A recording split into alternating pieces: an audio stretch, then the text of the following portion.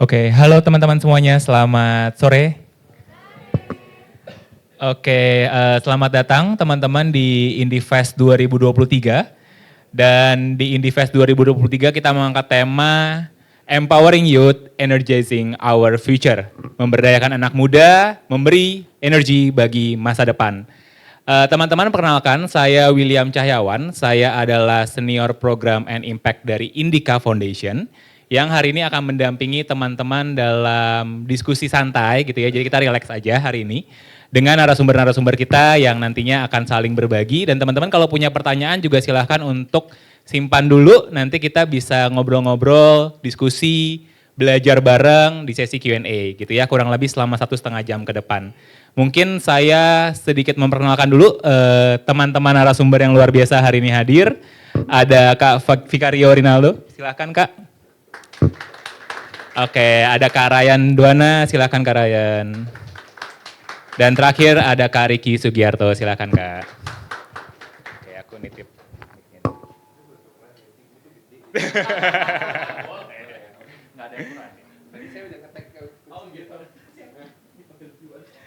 Oke, teman-teman, ada yang tahu sesi 4 apa tematik judulnya?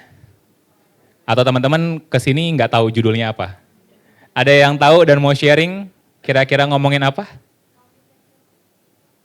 Networking for Introvert, betul banget teman-teman. Jadi judulnya adalah Networking for Introvert, How to Build a Relationship with Colleague, Boss, Client, even if you are not naturally outgoing, teman-teman. Tapi walaupun kita membahas tentang introvert gitu ya, bukan berarti teman-teman yang extrovert tidak boleh hadir di sini, boleh silahkan aja. Kita juga akan banyak bahas tentang networking secara general gitu ya dengan kakak-kakak narasumber. Teman-teman juga nanti silakan untuk bertanya dan kita ngobrol-ngobrol santai untuk supaya sama-sama bisa mulai pembelajaran pada hari ini. Gitu. Nah, mungkin pertama-tama langsung aja teman-teman, saya sengaja tidak memperkenalkan background dari kakak-kakak, kemudian expertise-nya gitu ya. Jadi mungkin satu sama lain bisa saling share tentang background-nya, expertise-nya, passion-nya di bidang mana gitu ya, supaya kita saling mengenal secara lebih personal. Mungkin boleh Kak Riki duluan kenalin diri ke teman-teman semuanya. Makasih William. Sore semuanya. Senang banget di sini. Kita bukan cuman orang introvert berarti di sini ya. Semua kita orang biasa aja. Saya Riki, saya backgroundnya agak berwarna-warni. Awalnya manajemen consultant, tapi kemudian sempat kerja juga untuk pemerintah, untuk filantropi waktu Aceh kena tsunami. Kemudian join Indica Energy, dan di dalam Indica Energy saya sempat kerja di beberapa fungsi juga. Ada fungsi investasi, fungsi sekretariat, fungsi komunikasi, dan juga sustainability. Dan terakhir saya switch lagi, nambah warna baru lagi dalam hidup saya belajar pertanian, belajar plant science, dan sekarang berusaha untuk mencari cara untuk do more about good way of doing food di Indonesia. Jadi semoga nanti bisa tukar pikiran, sharing sama teman-teman mengenai networking dari berbagai perspektif ya. Oke, thank you Kak Riki. Mungkin lanjut boleh ke Kak Vicario. Halo, perkenalkan nama gue Vicario. Saat ini gue membangun usaha gue sendiri. Usaha gue ini adalah corporate training. Jadi gue diundang perusahaan buat ngasih training tentang leadership, komunikasi, dan project management. Nah, sebelumnya gue kerja kantoran. Gue juga kerjanya sebagai management consultant. Sebelum akhirnya gue pindah kerja di tech company sebagai seorang program manager. Mungkin fun fact tentang gue dan kenapa gue sangat excited ngobrol di sesi hari ini adalah waktu gue umur 25 tahun, gue ngalamin quarter life crisis, dan gue ngambil break 3 bulan. Dan selama 3 bulan gue kenalan dan bisa ngopi bareng sama 50 orang strangers. Dan dari situ akhirnya gue bisa dapet 7 job offer, dan akhirnya 1 job offer itu yang bikin gue bisa stay di perusahaannya selama 5 tahun. Dan all the tricks, all like the pain and all the lesson learned yang akan gue share hari ini buat teman-teman semua di sini. Thank you Kak. Last but not least, silakan Kak Ryan. Ternyata saya. Oke. Selamat sore teman-teman semua, nama saya Ryan. Sekarang saya kerjanya di salah satu advertising agency di Indonesia, di Jakarta. Tapi biasanya kalau misalnya lagi waktu luang suka bikin konten tentang self development, karir gitu. Terus kalau misalnya ditanya saya introvert apa extrovert, ada yang bisa nebak mungkin? Coba, ada yang bisa nebak gak? Siapa yang nebak saya introvert? Oke, saya introvert gitu. It's a fun fact juga. Nanti kita bisa ceritain gitu. Ini makanya gue deg-degan banget nih sebenarnya gitu kan. Karena selama beberapa bulan ini kalau mau kasih speak tuh deg-degan, sumpah. Gitu makanya agak pelan ngomongnya sih. Well anyway fun fact biar gak serius-serius amat. Oke, thank you. Oke, thank you Kak Ryan. Boleh beri aplaus dulu teman-teman semua buat narasumber kita hari ini. Oke, mungkin aku langsung ke pertanyaan pertama gitu ya. Gue langsung ke pertanyaan pertama. Teman-teman pakai gua lu aja nggak apa-apa ya. Kita santai aja hari ini. Topik kita adalah networking for introvert gitu ya. Cuma mungkin ada baiknya kita tahu dulu. Menurut kakak-kakak narasumber di sini, kenapa sih networking itu penting gitu ya? Dan tadi mungkin Kak Vicario sudah sedikit share tentang pengalamannya. Tapi mungkin boleh nggak elaborate? Ada nggak pengalaman paling berkesan ketika melakukan networking yang kemudian mungkin sedikit banyak mengubah hidupnya gitu. Mungkin Kak Vicario dulu mau cerita. Boleh. Gue akan kasih satu cerita tentang pengalaman networking gue. Gitu. Jadi ceritanya waktu gue fresh graduate, gue tuh waktu itu lagi apply ke perusahaan manajemen consulting. Dan mau kerja di manajemen consulting itu susah banget. Karena rasio keterimanya tuh benar-benar kurang dari 1% dari total applicant yang ada. Nah jadi waktu itu gue mikir gimana caranya supaya gue tuh bisa jadi kandidat yang stand out. Nah, sebagai konteks, mungkin kalau teman-teman belum pernah apply ke manajemen consulting, cara consulting interview itu beda. Jadi bedanya adalah kita nggak ditanya tentang, oh kamu kelebihannya apa, kekurangannya apa. Tapi kita diajak buat memecahkan kasus bersama-sama. Nama metodenya itu adalah case interview. Nah, karena nggak ada jurusan di kuliah yang mengajarkan case interview, jadi gue harus belajar mandiri. Nah terus gue udah banyak latihan sama teman-teman gue yang sama-sama mau apply, terus juga sama senior-senior gue. Terus gue akhirnya bisa lolos nih ke final round. Ketika di final round, yang interview gue tuh levelnya udah bukan sekedar yang kayak 5-8 tahun pengalaman, tapi yang udah 15-20 tahun pengalaman. Jadi yang lebih senior. Jadi gue ngerasa kayak gue perlu prepare yang lebih lagi nih buat persiapan. Gue punya kontak, gue tahu satu orang. Gue gak pernah ngobrol, gue mungkin pernah ngobrol sama dia sebelumnya di acara-acara kemahasiswaan, tapi gue gak bener-bener kenal sama dia. Tapi dia itu adalah manajer di consulting firm tersebut. Dan banyak orang bilang dia tuh baik banget dan dia mau ngajarin orang. Jadi akhirnya gue lupa sih gue dapet dari mana, tapi gue dapet nomor handphonenya. Dan gue mikir, gue kontak gak ya? Soalnya kan nih orang udah levelnya manajer, pasti sibuk banget. Pasti dia gak akan mau ngebales gue, siapa gue? Terus kalaupun dia ngebales, mungkin dia habis ngebaca kayak ngapain sih gue ngebantu si anak kuliahan ini buat keterima kerja gitu. Jadi waktu itu gue mikir kayak ya udahlah gue coba aja. Nggak ada salahnya lah kalau gue akhirnya nggak dibales, ya udah artinya gue nggak bisa latihan sama dia, gue latihan sama orang lain. Turn out dibales. Karena gue bilang, Kak, gue Vicario, gue dulu ikut program ini di mana lo juga terlibat, gue pengen masuk ke consulting, boleh nggak gue minta mentoring sama lo gitu. Kayak bener-bener gue datang dari angle itu. Gue dibales dan dia bilang, iya bisa Vicario besok malam ketemu ya di Plaza Senayan jam 7. Gue kaget banget karena kayak ini orang sibuk banget, gue nggak expect bisa ketemu dan bisa langsung ketemunya keesokan harinya.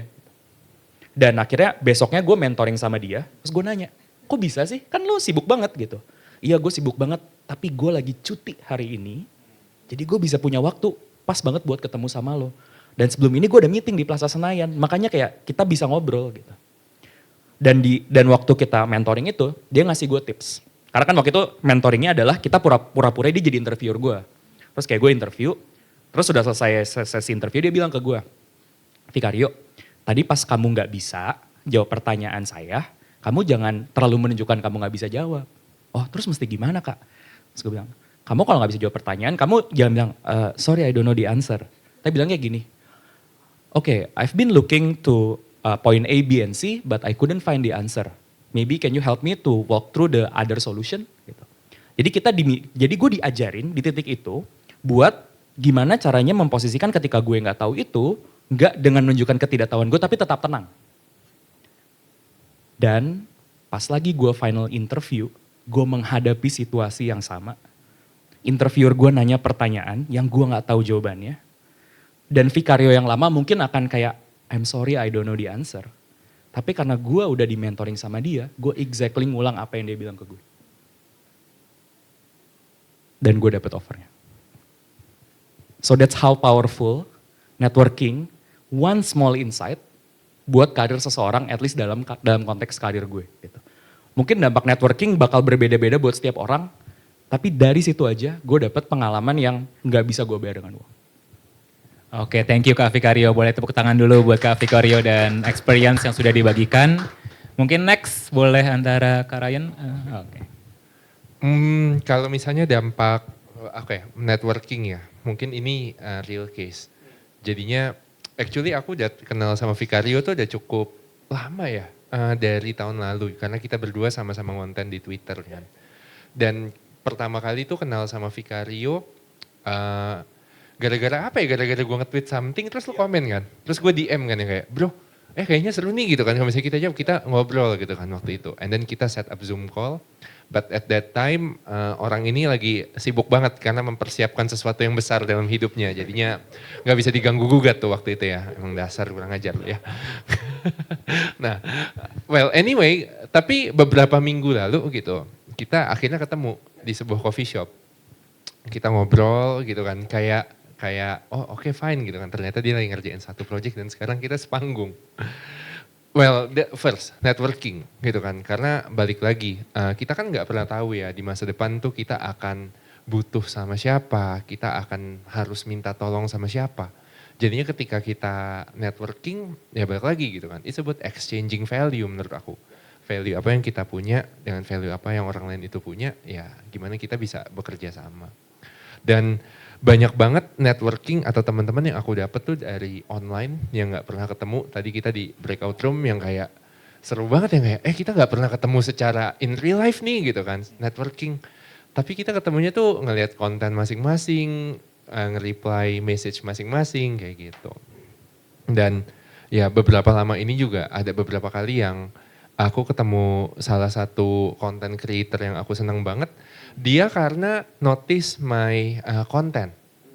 Kaget juga kan yang kayak, wah dia notice konten gue gitu kan. Oh ternyata dari konten, dari misalnya cuitan kita atau misalnya kita di Instagram story, di Instagram post, orang tuh bisa lihat dan ya jadinya dia bisa lebih kenal lagi gitu. Makanya mungkin kalau dari aku, jangan sembarangan deh kalau ngepost di sosial media ya gitu kan. Kalau misalnya bisa jangan nyampah, jangan ngepost yang aneh-aneh gitu kan. Karena sebenarnya itu salah satu bentuk networking menurut gue gitu sih. Ya. Fun fact termasuk bagaimana Kak Vikario dan Kak Ryan akhirnya hari ini ada di sini gitu ya. Itu karena networking dan juga karena ngelihat konten kakak-kakak semua gitu. Oke, mungkin terakhir boleh Kak Riki sharing. Sebelum jawab, saya pengen melakukan desakralisasi kata networking. Karena networking itu kadang-kadang buat kita agak-agak menakutkan, mengerikan gitu ya. Sebenarnya buat saya sih networking itu temenan ya. Atau bahkan saya mungkin bisa tanya sama teman-teman, antara temenan sama networking, saya pengen nanya nih sekarang. Bedanya apa atau samanya apa? Coba bantu saya mikir, temenan, networking. Yes, Pak. Temenan gak edit value?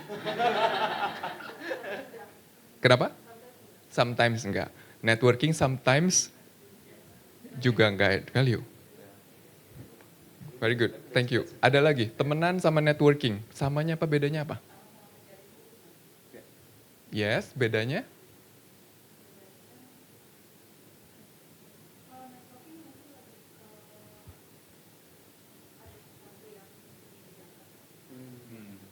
Seperti poinnya tadi ya, mungkin ada value yang bisa di-exchange ke depannya. Benar banget, semuanya sebenarnya benar banget. Cuman saya juga selalu ngerasa kalau saya pribadi, sebenarnya jauh lebih banyak samanya daripada bedanya.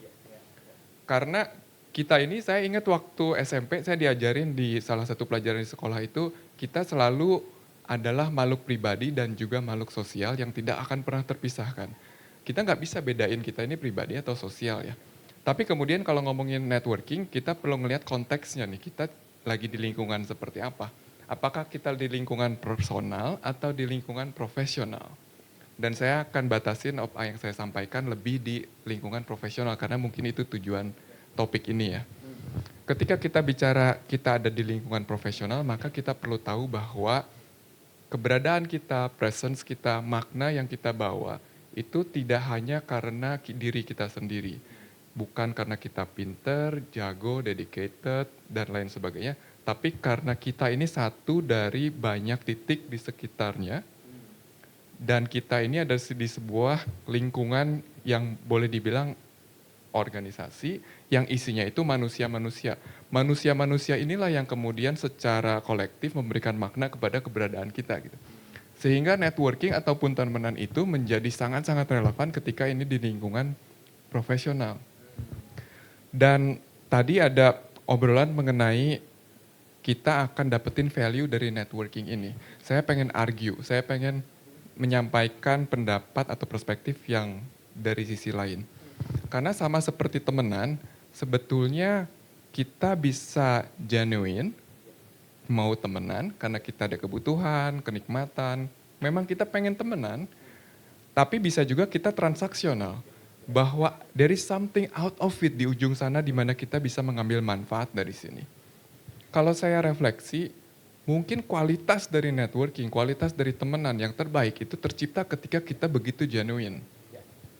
Lawan bicara kita pun, teman kita pun akan tahu kalau lo approach gua karena lo mau mengambil manfaat dari gua, atau we are actually seeing common grounds di mana kita bisa memang asik aja jadi temen.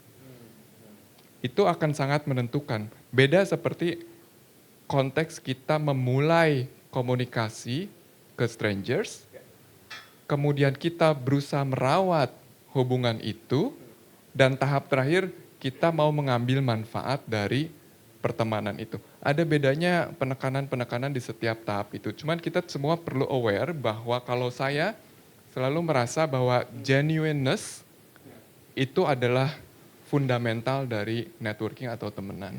Dan kemudian ketika kita melakukannya, kita perlu sadar betul. Sadar bahwa kita ini makhluk pribadi dan sosial, sadar bahwa kita ketika berkomunikasi itu seperti apa. Tadi di pleno kan ada yang ngomong di anda-anda dia langsung turn off gitu ya. Itu sadar betul bagaimana kita berkomunikasi. Sadar betul bahwa relationship itu perlu dibangun dari awal sampai seterusnya. Dan terakhir, satu lagi, sadar betul bahwa ketika kita berelasi ada interest, ada kepentingan, ada sesuatu yang dianggap lebih valuable, important, dan lain-lain dalam hubungan ini. Jadi mungkin nanti kita bisa ngobrol lebih banyak tentang itu, cuman saya pengen sampaikan bahwa kita perlu consciously genuine ketika kita berteman dan kita networking. Oke, thank you Kak Riki, Kak Vikario, dan Kak Ryan. Boleh beri tepuk tangan dulu semuanya.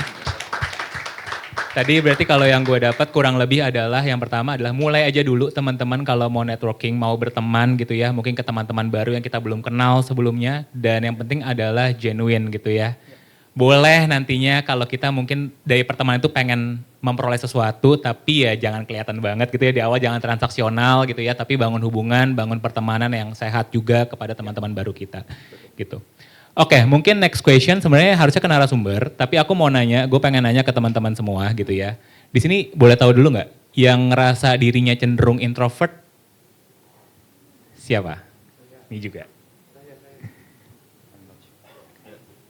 Oke, yang ngerasa dirinya cenderung ke arah extrovert, ya saya tahu kau tanya.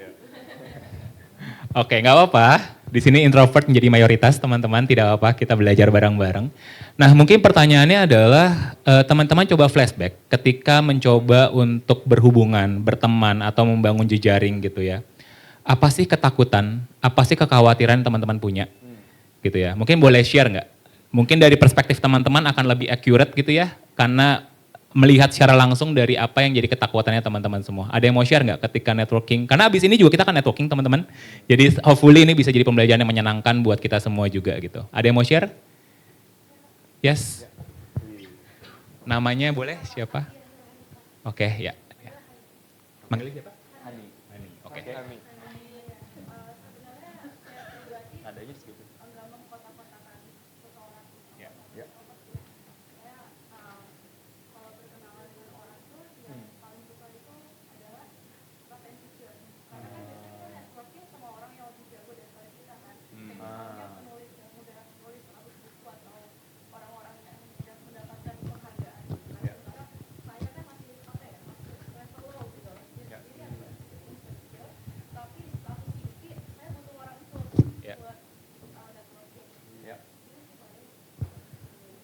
Oke, mungkin ngerasa insecure, ngerasa takut karena kayaknya orang yang mau diajak ngobrol nih lebih berpengalaman gitu ya, lebih punya wawasan, lebih expert dibanding kita gitu ya, sehingga pengen ngobrol kok sungkan gitu ya. Nanti mungkin tipsnya bisa nanya ke narasumber hari ini juga.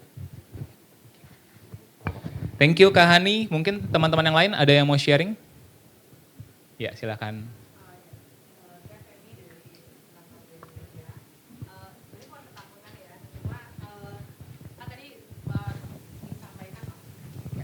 Tadi disampaikan bahwa sebenarnya networking itu mirip dengan temenan gitu.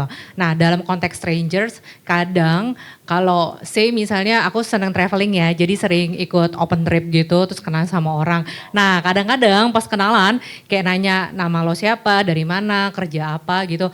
Kadang-kadang yang keluar adalah kepo. Itu kayak langsung mangkel kayak, gue tuh mau kenalan sama lo loh gitu. Mungkin, tapi kan itu sebenarnya buat aku itu pertanyaan yang basic ya. Sebenarnya kalau ditanya kerja di mana nggak perlu sebutin Indika Foundation, tapi misalnya bisa Kuningan atau Sudirman gitu.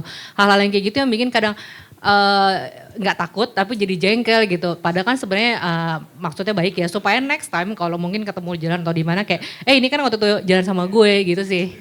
Thank you. Oke, thank you sharingnya. Mungkin boleh satu lagi, ada yang mau sharing? Ya, silakan.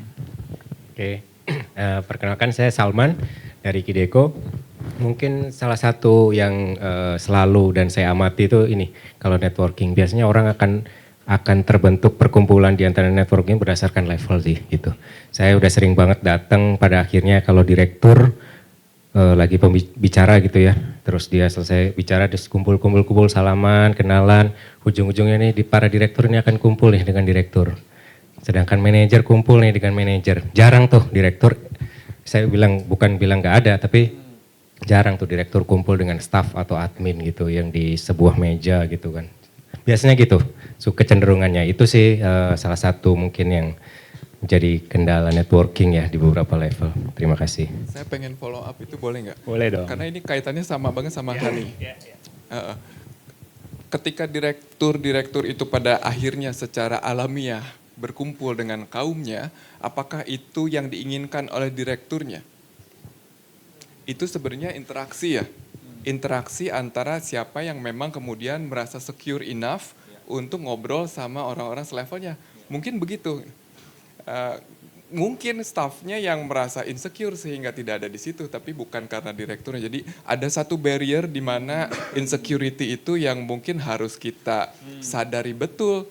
Ternyata karena insecurity itulah kesempatan untuk bisa bernetworking menjadi sangat terbatas.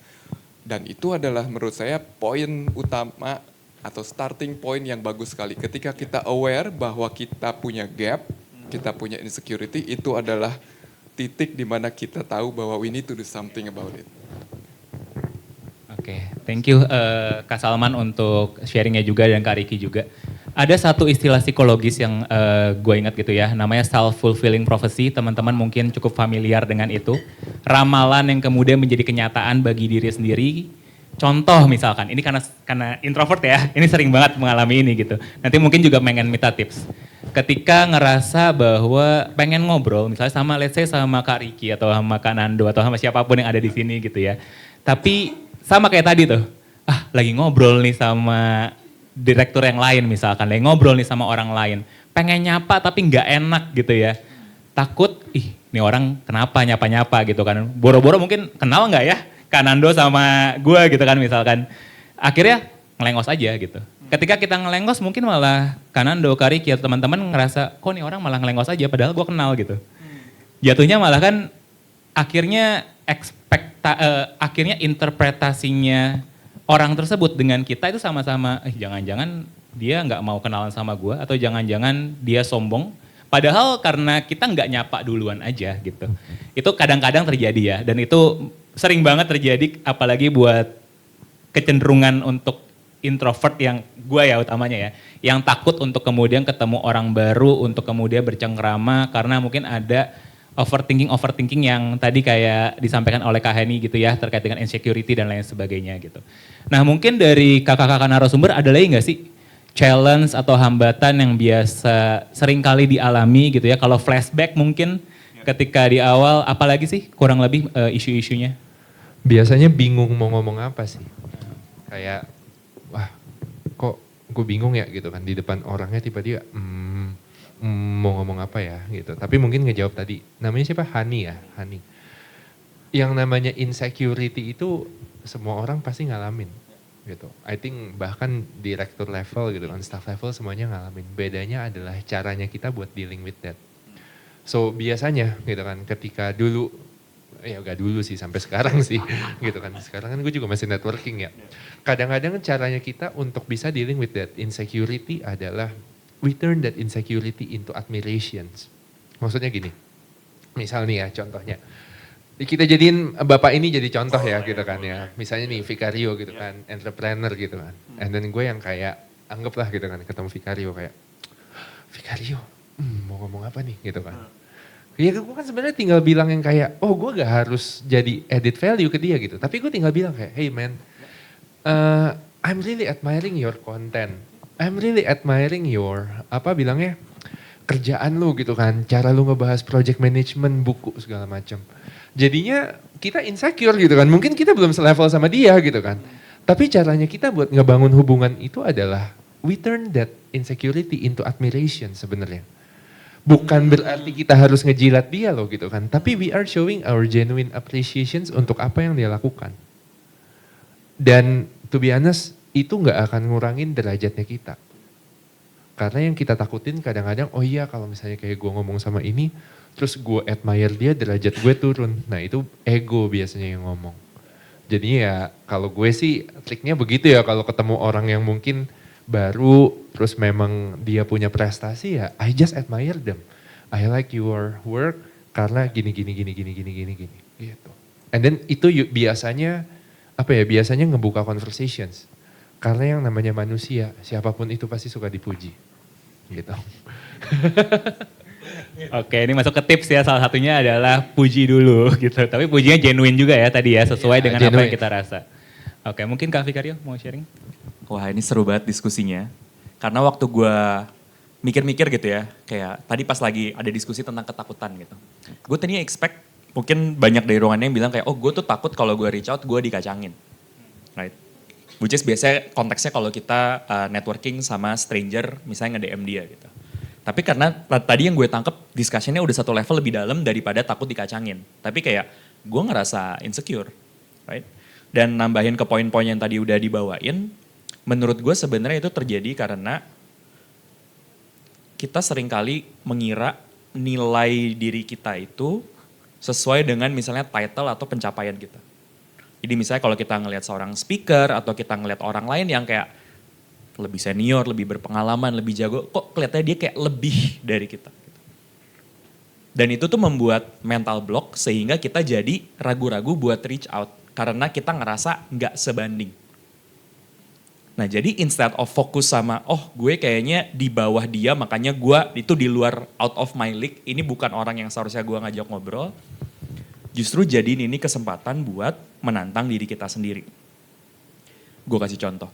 Jadi biarpun mungkin gue punya kecenderungan agak lebih ekstrovert, gue punya ketakutan besar banget dan insecurity gue ini besar banget kalau lagi di lingkup internasional. Kalau gue lagi ikut conference di luar negeri, ketika ngeliat orang lain yang lebih jago dari gue di bidang gue, bahasa Inggrisnya bagus, dan kalau ngomong PD-nya setengah mampus, gue insecure banget. Sangat. Sampai kayak kalau udah ada di lingkungan itu ya gue diem. Tapi gue sadar, tadi juga poinnya bagus banget dari Will, adalah itu mungkin self-fulfilling prophecy. Karena di kepala gue ada pemikiran, orang bule tuh emang lebih vokal, orang Asia tuh emang biasanya diem aja. Jadi story itu yang gue taruh di kepala gue terus-terusan. Dan mungkin tadi ada story-story yang mirip. Ah kakak itu kan udah pengalaman banget. Ah dia kan udah direktur, gue belum jadi direktur. Ah dia kan udah expert di bidangnya gitu. Jadi story di kepala kita tuh beda-beda. Tapi sebenarnya ada story yang membuat kita itu jadi terlimit untuk maju. Padahal orang yang kita reach out itu belum tentu punya pemikiran yang sama dengan kita. Cara gue mengatasi situasi gini adalah, sebelum nanti ya gue juga ada beberapa tips kayak kalau ketemu orang pertama kali ngobrolinnya apa, adalah nganggep ini semua seperti permainan, seperti sebuah game.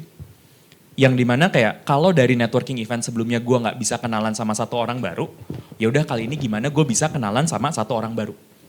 Atau kalau misalnya dari speaker list kita ngelihat kayak, ada si kakak ini yang kayak gue udah sering banget ngeliat dia di internet tapi gue belum pernah ngobrol sama dia. Jadiin itu target untuk, gue pengen bisa ngobrol sama dia. Gitu.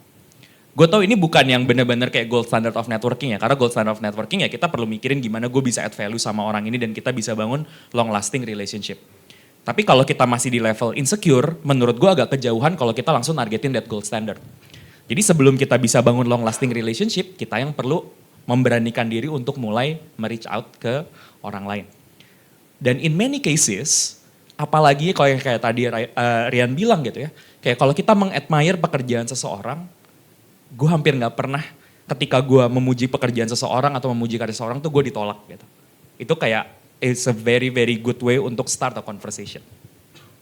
Gitu, dan once itu udah kebentuk sekali, itu akan jadi jauh lebih gampang, jauh lebih gampang, jauh lebih gampang. Biarpun akan tetap aja ada momen-momen di mana kita mengalami penolakan. Tapi even ketika kita ditolak, 99% of the time it's bukan karena kita. Mungkin dia lagi diajak ngobrol sama orang yang dia udah lebih kenal duluan, makanya kita dikacangin. Atau mungkin dia memang lagi nggak fokus untuk memperluas ngobrol sama orang lain. Karena kan banyak juga orang-orang beken ini introvert atau misalnya pengennya di circle mereka sendiri gitu kan. Yang gimana nggak nyaman. Banyak loh orang-orang yang beken di sosial media tapi mereka mengakui mereka tuh socially awkward. Jadi kalau ketemu sama orang tuh suka bingung juga. Gue kalau ketemu fans gue tuh gue mesti ngapain gitu. Nah jadi udah everybody's human. Treat us as human, treat each other as a human and let's treat it as a game. Sorry, boleh nambahin dikit lagi gak? Silakan Kak. Nah, makanya sebenarnya the key adalah jangan nge-label diri. Nah, gue tuh kadang-kadang suka dapat pertanyaan gitu, Kak aku introvert, Kak aku extrovert gitu. Nah yang introvert apa extrovert itu kan sebenarnya kita yang kadang-kadang suka nge-label diri kita gitu. Nah ketika kita nge-label diri kita introvert, ya udahlah pasti gitu kan, wah gue takut nih, wah gue kalau misalnya ketemu dia nih gitu kan. Biasanya kan begitu tuh gitu kan. Nah makanya satu, kalau gue introvert atau extrovert jadiin itu sebagai landasan. Maksudnya gini, kita nggak bisa mungkirin ya gitu kan, yang namanya introvert sama extrovert itu pasti ada kecenderungannya. Tapi ingat, namanya kecenderungan. Berarti kalau kecenderungan itu bisa berubah. Itu bukannya nilai value yang absolut gitu. Nah setelah kita tahu, oh kita introvert, makanya kita baru cari cara, oh trik networkingnya begini. Kalau gue extrovert, trik networkingnya begini. Misalnya nih gue kasih contoh ya, ini trik gue kedua, baru aja gue lakuin. Gue tuh sebenarnya socially awkward, misalnya percaya gak percaya ya. Kadang-kadang gue tuh suka datang ke sebuah ruangan, gue pengen kenalan sama orang tapi gue takut. Caranya gimana? Gue cari orang yang gak socially awkward, gue ikutin. Hari ini gue ngikutin dia di ruangan situ. Jadi dia yang bawa gue ngobrol ke satu orang gitu. Itu kenapa? Bukannya trik loh gitu kan. Itu karena gue tahu gue introvert dan gue ya tahu dia orangnya gampang gitu, makanya udah deh gue tempelin aja gitu. Tapi ya itu trik ya, salah satu yang bisa dipakai gitu kalau kamu introvert gitu sih. Oke, thank you Karian. Mungkin boleh Kak Riki. Ya, saya senang banget poinnya tadi bahwa ada orang yang introvert, ada orang yang extrovert. Orang extrovert nggak perlu jadi introvert juga nggak perlu jadi extrovert. Cuman kalau misalnya kita introvert, ada hal-hal yang bisa kita lakuin supaya kita tetap efektif di dalam relationship ini. Dan saya mungkin ada beberapa hal yang pengen sharing sama teman-teman. Yang pertama adalah be prepared. Contoh-contohnya tadi udah diceritain juga. Bahwa ketika saya tahu bahwa ada satu kesempatan akan ketemu Vicario, maka apa arti be prepared? Mungkin saya googling dulu siapa Vicario. Vicario pernah melakukan apa sebelumnya dan lain sebagainya. Sehingga itu bisa jadi pick up line yang meaningful. Karena kalau pick up line-nya nggak meaningful juga mungkin Vicario nggak akan interested to continue the conversation. Tapi ketika kita prepared, maka kita akan dapat at least step 1 yang udah dapetin, he did his homework, he knows who I am, so maybe I need to spend some time with him. Saya ada beberapa kali orang yang ngedeketin dan kemudian mungkin berusaha kenalan, pick up line dan lain-lain, and then I just knew it from the beginning that she or he didn't do his or her homework, sehingga saya merasa bahwa ini kayak out of the blue banget nih gitu ya. Itu nggak enak. Apalagi kalau online. Wah kalau online ketahuan banget kalau misalnya you haven't done your homework. Satu, be prepared ya. Yang kedua, kalau nggak prepared, ternyata tiba-tiba ketemu seseorang yang sekeren Vicario, what should we do? Menurut saya, be observant. Lihat dari apapun informasi yang ada saat itu dan apa yang bisa create that meaningful conversation. Ini sama seperti trik atau tips yang saya suka sharing ketika saya ngajar di negosiasi, sekolah bisnis dan lain-lain ya. Ada hal yang sangat membedakan ketika kita bisa membaca dan tidak bisa membaca counterpart kita. Dari cara berpakaiannya kita tahu bahwa ada perbedaan personality dan yang ini dengan yang ini dengan yang ini. Apakah kita akan menggunakan kata-kata yang sama? Tentu tidak. Kita masuk ke ruangan kerja seseorang, ini paling nyata. Kita langsung bisa ngelihat yang dipajang foto keluarga atau piala atau awards, certificates dan lain-lain. Yang kelihatan rapi atau berantakan. Yang kelihatan ada tanda-tanda religius atau tidak. Itu semua adalah sebetulnya data-data poin yang akan sangat-sangat bisa powerful untuk bikin conversation atau pick up line kita itu jadi sesuatu yang meaningful and at the same time relevan. Dia di ruangannya semuanya isinya sertifikat-sertifikat, betapa kerennya dia sebagai eksekutif. Terus saya bilang sama dia, gimana keluarga lu? Kagak nyambung Jack. Iya kan? Tapi ada bapak-bapak, ibu-ibu yang di situ jelas-jelas ada karya dari anaknya, ada foto keluarganya dan lain-lain. Dan the conversation will be, anak lu gimana? Kelas berapa? Oh ya, keren. Itu adalah gimana kita bisa be observant dan kemudian menjadikannya itu sebagai sebuah power to create that meaningful conversation.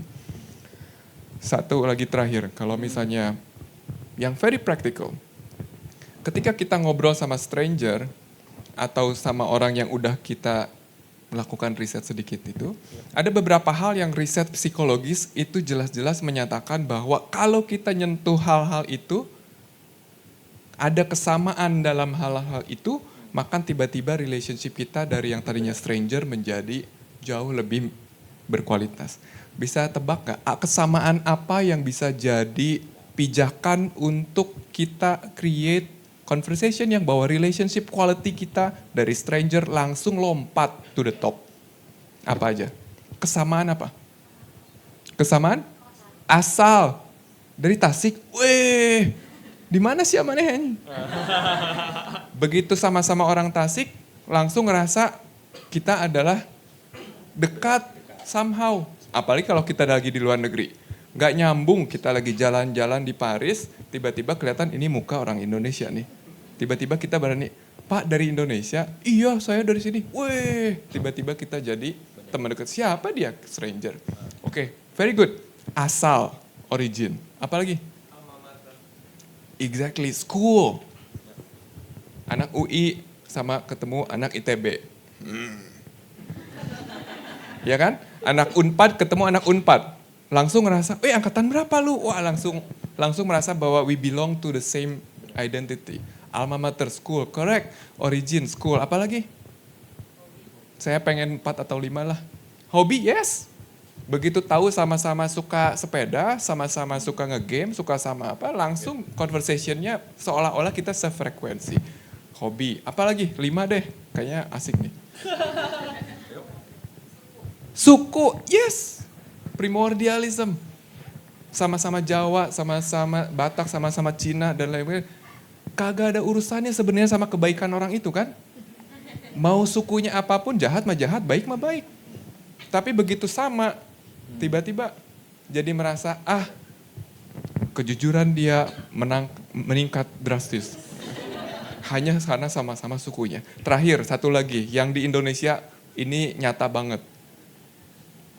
Agama, udah kita mau ngomongin apapun ya, toleransi dan lain-lain itu penting, tapi kalau lagi ngomongin networking dan lain-lain, percayalah agama matters.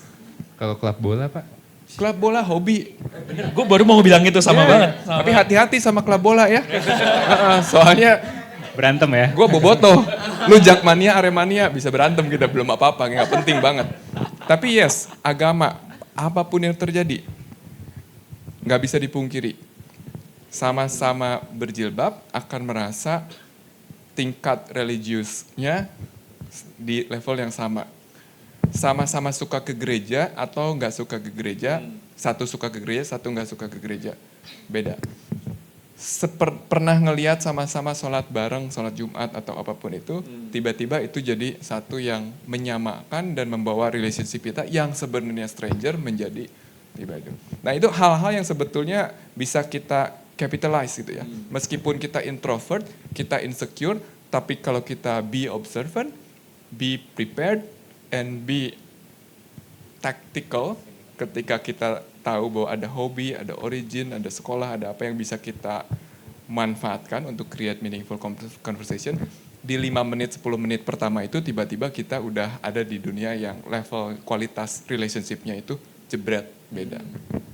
Oke, thank you Kak Riki. Boleh beri applause lagi buat kakak-kakak semuanya.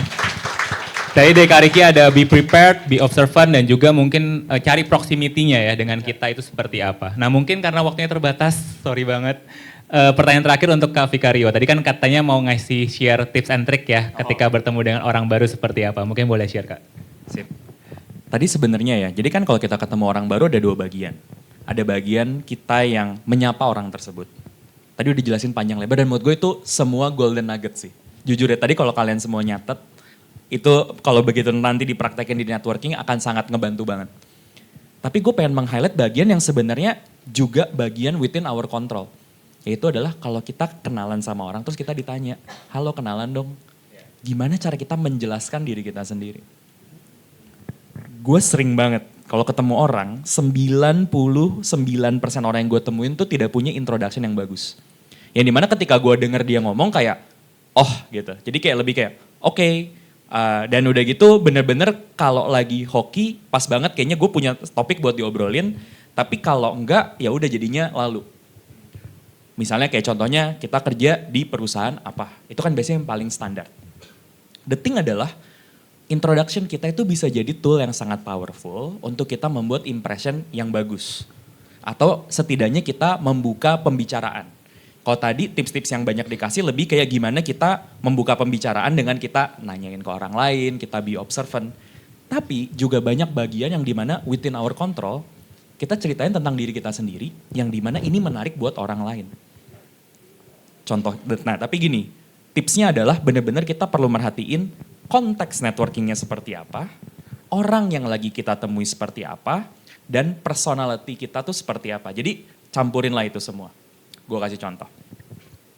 Gue waktu itu pernah ikut sebuah acara alumni networking. Jadi ini tuh alumni dari perusahaan konsultan yang gue kerja sebelumnya. Jadi isinya tuh orang-orang yang kayak, oh udah jadi C-level, udah jadi direktur, startup founder gitu. Jadi kalau gue datang terus gue bilang, oh iya gue CEO atau gue kayak C-level. Ya biasa aja gak akan memorable gimana gitu. Kalau gue akhirnya datang dan gue bilang, halo gue YouTuber. Gitu. Karena of course langsung kayak, dan the first reaction yang mereka dapat adalah, satu mereka pasti ketawa, oh cie sekarang jadi YouTuber udah gak jadi konsultan lagi. Right? Which ketika udah ketawa itu kayak udah langsung nge-break the ice kan. Padahal itu mungkin orang yang jauh lebih senior dari gue. Atau even yang kedua kayak, iya oh lu bikin YouTube juga, gue selama ini ngeliat lo cuma di LinkedIn doang. Dan itu jadi another conversation. Jadi karena kebetulan di komunitas itu ternyata orang-orangnya juga udah tahu karya gue gitu. Tapi kalaupun gue datang ke daerah di mana orang itu nggak tahu gue ngerjain apa, dia pasti bakal nanya, oh YouTube-nya tentang apa? Seberapa sering? Namanya apa? Gitu. Nah itu yang kejadian waktu gue ikut conference di luar negeri. Kan orang luar negeri gak kenal gue siapa gitu kan. Jadi kayak, oh lu punya YouTube lu tentang apa? Gue juga lagi mau naikin YouTube, susah banget deh, bla bla bla. Jadi akhirnya kita bonding tadi kesamaan sama-sama YouTube kreator. Intinya adalah ketika kita memperkenalkan diri, bikin perkenalan yang bikin orang itu penasaran buat nanya lebih jauh. Kalau misalnya gue boleh ngambil contoh yang Mbak di belakang gitu ya. Halo, namanya siapa Mbak? Nama gue Femi gitu. Gue lagi excited banget karena bulan depan gue bakal traveling ke sini. Gitu. Nah itu kan in the way lo membuka conversation bahwa lo tuh orangnya suka traveling. Dan kalau kebetulan orang yang lo ajak ngobrol itu suka traveling maka dia akan menanggapi hal itu. Atau kalau misalnya gue lagi networking terus gue nggak ngomongin profesi gue cuma bilang, halo nama gue Vicario, gue pengunjung tetap Changi Airport udah 6 minggu berturut-turut gitu. Lo pasti bakal nanya dong kayak, lo siapa? Lo satpam gitu kan. Gitu. Apa lo pramugara? enggak, bukan, gue cuma orang Indonesia yang tinggal di Singapura tapi sering banget pulang pergi Jakarta Singapura gitu. Oh emang kenapa ada di Singapura? Then there is another conversation gitu loh. Jadi gue kasih beberapa contoh di mana lo nya pun juga perlu memiliki effort untuk membuat orang itu pengen ngobrol sama lo gitu loh. Jadi ini gabungan dari semuanya ya. Jadi kayak tadi kita udah ngebahas tentang mindset, di mana kita tuh jangan ngerasa kita lebih rendah dari orang lain. Kita ngebahas juga dengan teknik gimana kita bisa observe orang lain dan kita doing the homework, itu penting banget. Karena bisa jadi dalam proses doing the homework kita sadar kita nggak harusnya me-reach out orang ini. Karena biarpun orang ini beken atau orang ini keren, saat ini kurang relevan aja kalau gue ngobrol sama dia. Tapi yang ketiga, yang within our control adalah gimana kita memperkenalkan diri ke orang lain sehingga orang tuh tertarik buat ngobrol sama kita. Jadi itu tips dari gue. Oke, thank you Kak Vicario. Tepuk tangan sekali lagi teman-teman semuanya. Berarti nanti kalau gue kenalan sama orang, gue pengen bilang ya, halo saya Ryan, temennya Vicario. Which is a good one kan, kalau misalnya kita ketemu mutual friends, jadi langsung kayak deket gitu. Tadi kan exactly kita ada momen kayak gitu kan gitu. Saya temennya Vicario gitu, Vicario siapa gitu kan, lo gak tahu, YouTuber, CEO gitu kan. Itu musuh gue, harus kayak langsung ya. Biar dia tegang guys. Oke, thank you teman-teman semuanya. Mungkin kita sekarang buka sesi Q&A. Ada yang mau bertanya? Oke, satu. Ada lagi yang mau bertanya? Nanti keep 2, 3 dulu ya. Oke, silakan Kak Heni. Nanti dari sini dan sini. Sebelumnya boleh nanya 2 pertanyaan gak Kak? Boleh, tapi ringkas ya pertanyaannya supaya bisa. Halo semuanya, saya Hani dari Self Love Warrior Indonesia. Saya mau nanya, saya kan suka perform ya, suka baca puisi, nyanyi dan segala macam. Dan ketika perform di panggung itu saya suka memperkenalkan diri kayak, halo teman-teman, saya Hani, saya suka menulis puisi, lagu dan semacamnya. Tapi nggak ada yang ngajak kenalan gitu loh, kayak ini mana nih orang-orang yang mau kolaborasi mungkin gitu kan, expect something like collab gitu. Dan agak malu juga karena Instagram saya pribadi kan masih nggak ada karya-karya gitu ya. Jadi perform karyanya itu untuk perform aja, nggak diposting di Instagram. Jadi ketika mau tukeran Instagram sama orang-orang juga malu juga karena belum ada apa-apa gitu kan. Menurut kakak-kakak penting nggak sih self branding di sosial media gitu sehingga orang-orang jadi tertarik buat collab. Jadi nggak hanya karena perform tapi karena sosial medianya juga. Itu yang pertama.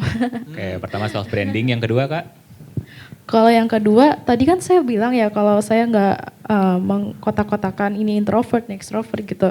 Karena menurut saya kepribadian manusia itu kompleks. Ada yang karena misalnya minum kopi jadi mania gitu. Atau misalnya mood swing, moodian, atau bahkan diagnosa kayak gangguan mood bipolar gitu kan. Nah, saya pribadi kan suka berubah-ubah. Ya kadang rame, kadang juga suka menyendiri gitu kan. Dan walaupun menyendiri dan jadi rame, itu sama-sama suka ada penyesalan gitu Kak. Misalnya menyendiri dari keramaian gitu kan, nyesel kayak, nyesel nih gak ngajak kakaknya foto bareng gitu kan.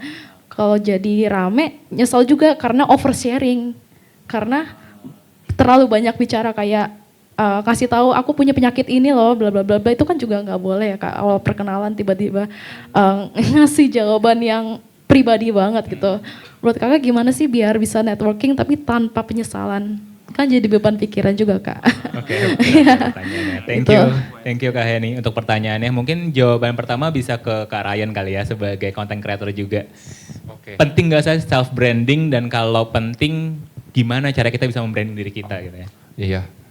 Mungkin itu pertanyaan yang saya tanyakan juga sih kadang-kadang kalau misalnya saya udah jadi speaker, jadi apa gitu kan. Pengennya kan turun panggung dicari orang gitu ya. Nggak ada sampai sekarang. Sumpah, seriusan. Tapi balik lagi, ini yang tadi Vicario bilang gitu kan. Jangan sampai value kita dengan apa yang kita lakukan. Kayak tadi kamu bikin puisi, bikin karya. Itu ditentukan dari berapa banyak orang ngajak kamu kenalan, ngajak kamu collab. That's my belief gitu kan. Jangan sampai apa yang kamu lakukan itu jadi identitas kamu. Karena balik lagi kalau misalnya kayak tadi kejadian, itu self worth-nya bisa turun. Jangan sampai begitu.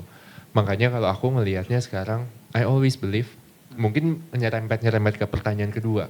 Kalau gue yang butuh, gue yang reach out. Mau gue content creator kayak, mau gue marketer kayak segala macam gitu. If I have a needs gitu kan, kalau gue butuh gue yang akan reach out. Jadinya gue gak ada penyesalan gitu.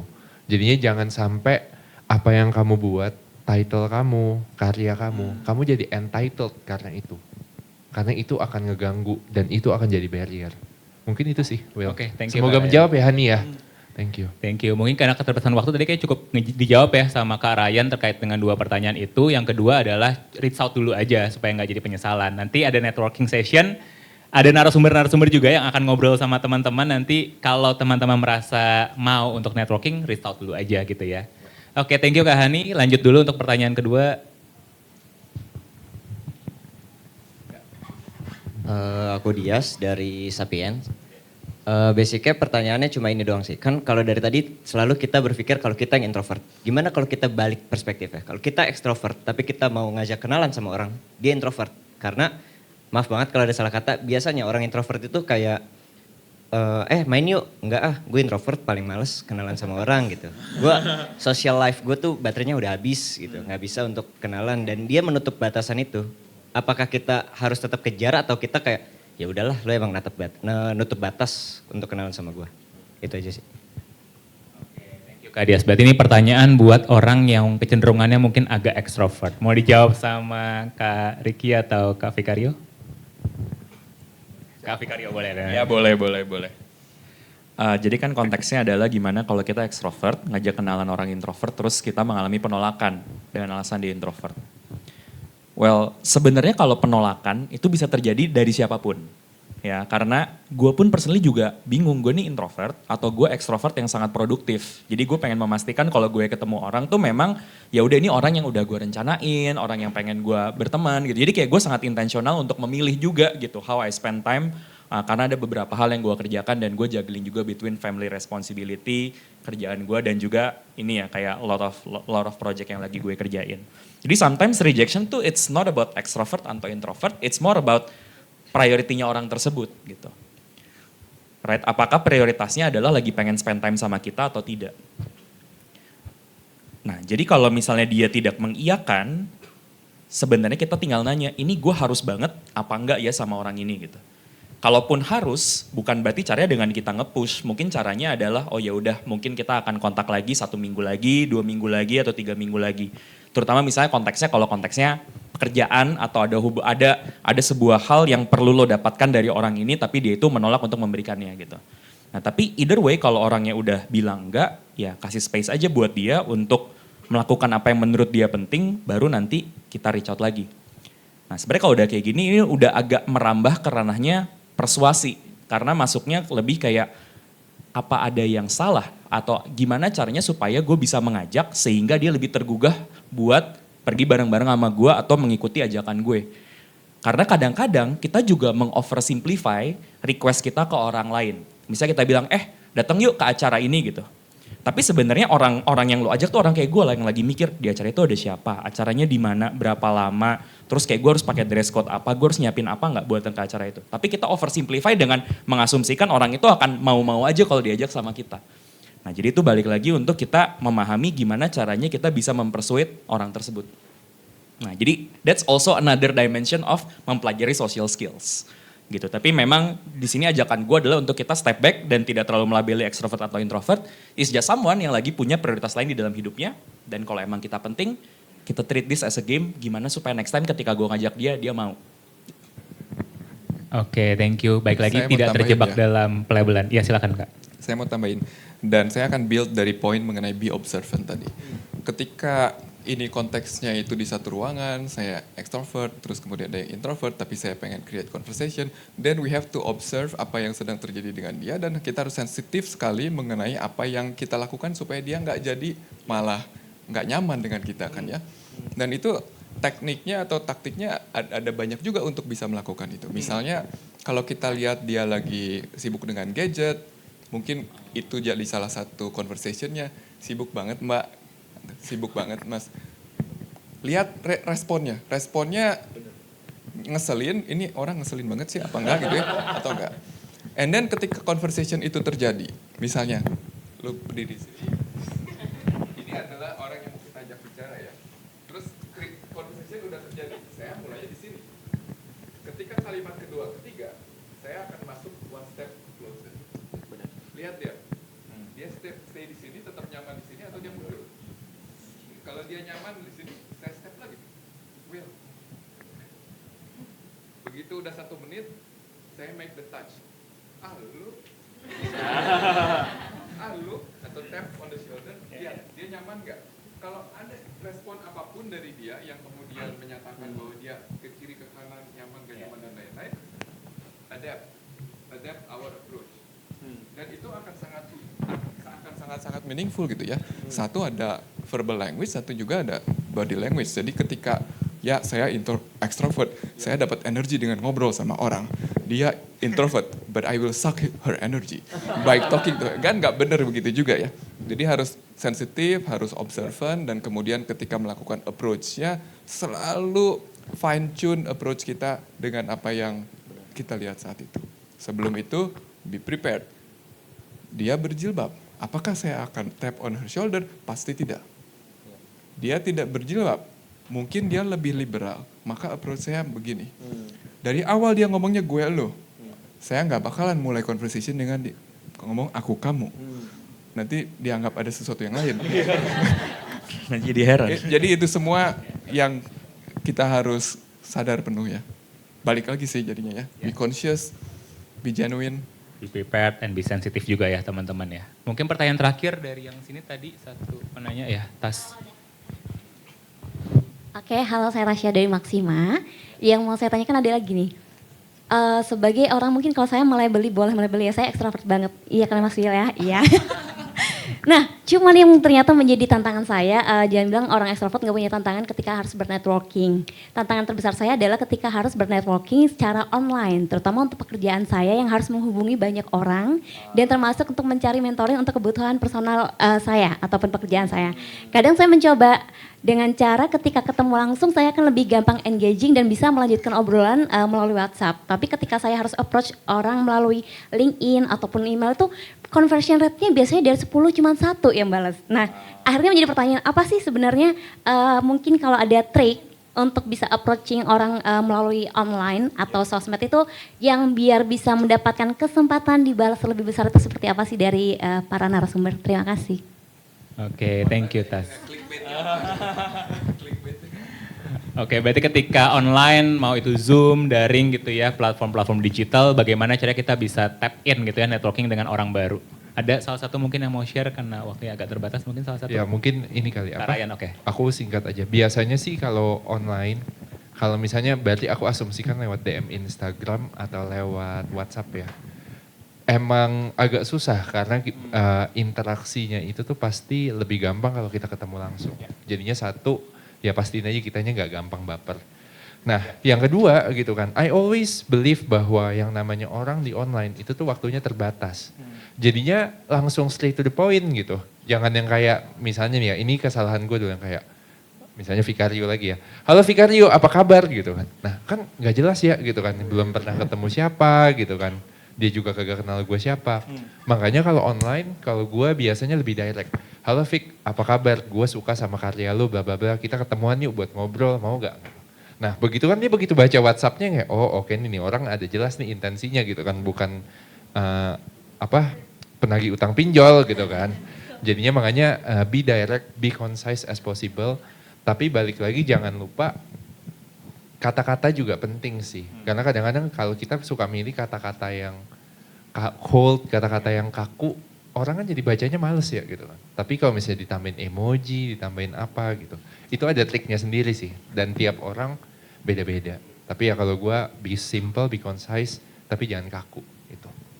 Semoga membantu. Be simple, be concise, tapi jangan kaku ya dari Kak Aryan. Oke, thank you Kak Aryan untuk sharingnya. Thank you juga untuk Kak Riki, Kak Vicario untuk sharing hari ini. Teman-teman, sorry banget karena keterbatasan waktu. Kita harus menyudahi obrolannya di sesi hari ini gitu ya. Tapi nanti sekali lagi ada sesi networking teman-teman. Kayaknya ada beberapa juga narasumber yang akan join di sesi networking. Jadi teman-teman kalau mau ngobrol lebih lanjut juga boleh gitu ya. Nah mungkin sebelum kita tutup, dari panitia ada mau memberikan sticky notes ke teman-teman. Jadi boleh ya di-share aha moment, text away, atau pembelajaran apa yang teman-teman kira-kira bisa aplikasikan di dunia profesional ya teman-teman. Itu kan di sini ada dari Indika Energy, juga ada dari organisasi komunitas gitu ya. Kira-kira apa yang bisa teman-teman petik dari diskusi hari ini gitu. Silahkan teman-teman ya.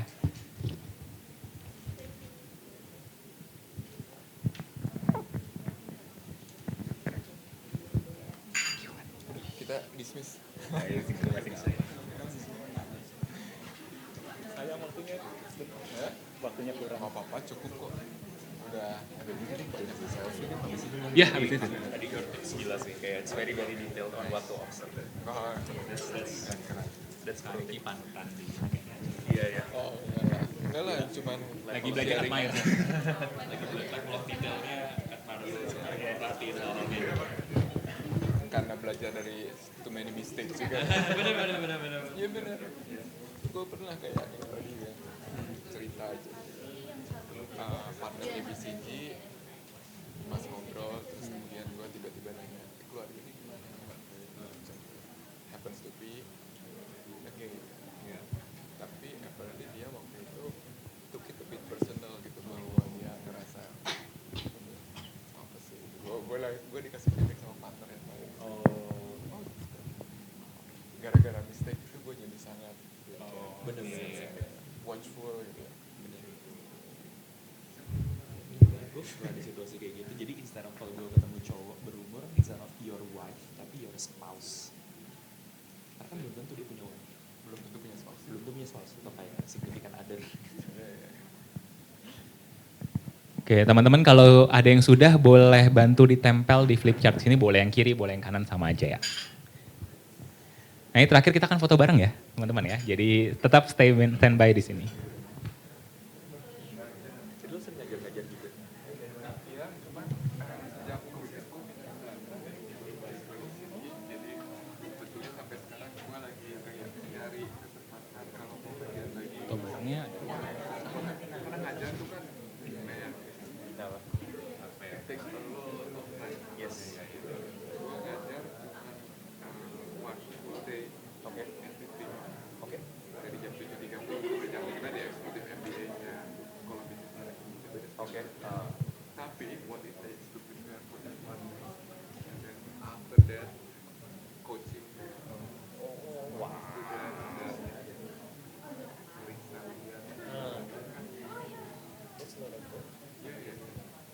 Jadi gue, karena istri gue suka ingatin gitu. I want to do so many things.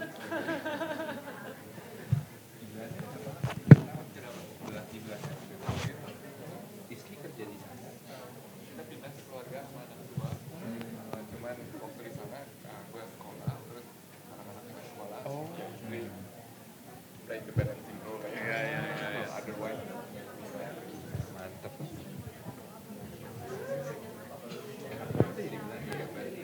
enak banget tinggal di Belanda. Enak sih. Soalnya gue kayak temen tinggal di Belanda. Semuanya murah banget. Dengan level quality yang jauh di atas di Jakarta. And then spending monthly spending sama keluarga itu half of Jakarta. Wow, that's wrong assumption ketika kita bilang tinggal di Eropa itu mahal. Iya. Otomatis ya. Di Jakarta ini belum apa-apa. Investment buat berapa? Iya. Buat kita punya kebanyakan. Kalau kita mau berkali kita punya sekolah anak sama anak sekolah berapa? Iya. Di sana gratis. Jadi ujung-ujungnya kirim banget. Iya.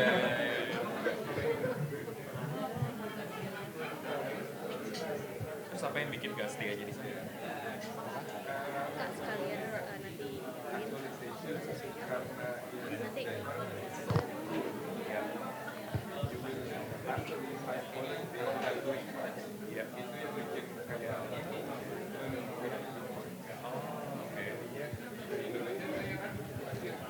Sudah semua teman-teman, ada yang masih menulis? Sudah, kalau sudah kita boleh foto bareng teman-teman. Yang pertama kita akan selfie dulu gitu ya. Dan yang kedua nanti kita bisa ngadap ke belakang, nanti akan difotokan bersama gitu ya. Ryan mau selfie sendiri? Foto dulu boleh? Boleh berdiri aja. Ini foto dulu. gimana berdiri kita Mau selfie dulu, Ryan. yang paling panjang lah tangannya panjang. Kita berdiri semua ya.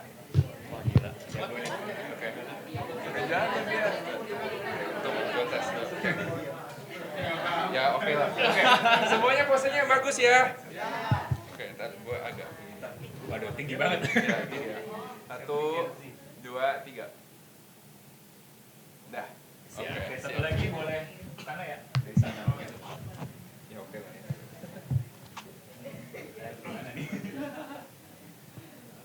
Wah, Aurel harus masuk di foto. Oh iya. Dengan outfit seperti itu masa nggak masuk foto? Kita depan aja kali ya.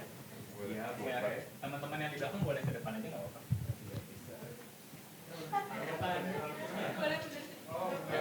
Nggak kelihatan boleh.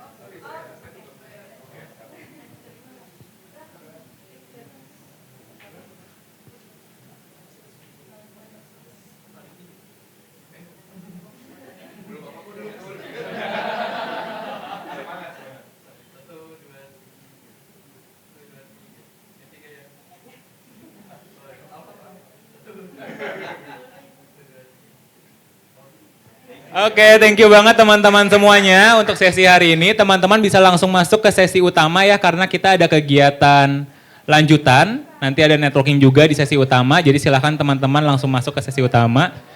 Sekali lagi thank you so much buat Kak Vikario, Kak Ryan, dan Kak Riki atas sharing dan experience-nya ya yang sudah dibagikan.